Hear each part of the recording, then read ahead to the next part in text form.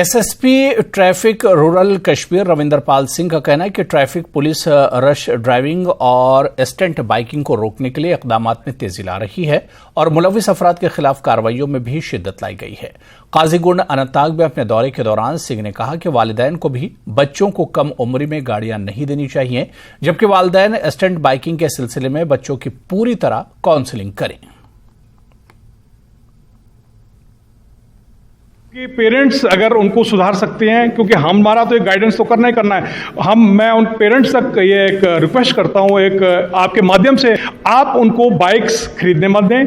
और उनको चलाने मत दें, और डीएल के बगैर तो कोई भी बाइकर या कोई भी गाड़ी 4 व्हीलर हो वो रोड पे नहीं आएगा। और उनके लिए मैं वाज़ेह तौर पे कहता हूं कि उनकी मैं डीएल कैंसिलेशन के लिए लिखूंगा, उनके पेरेंट्स की अगर गाड़ी होगी उनकी आरसी जो है उनकी कैंसिलेशन के लिए मैं रिकमेंड करूं।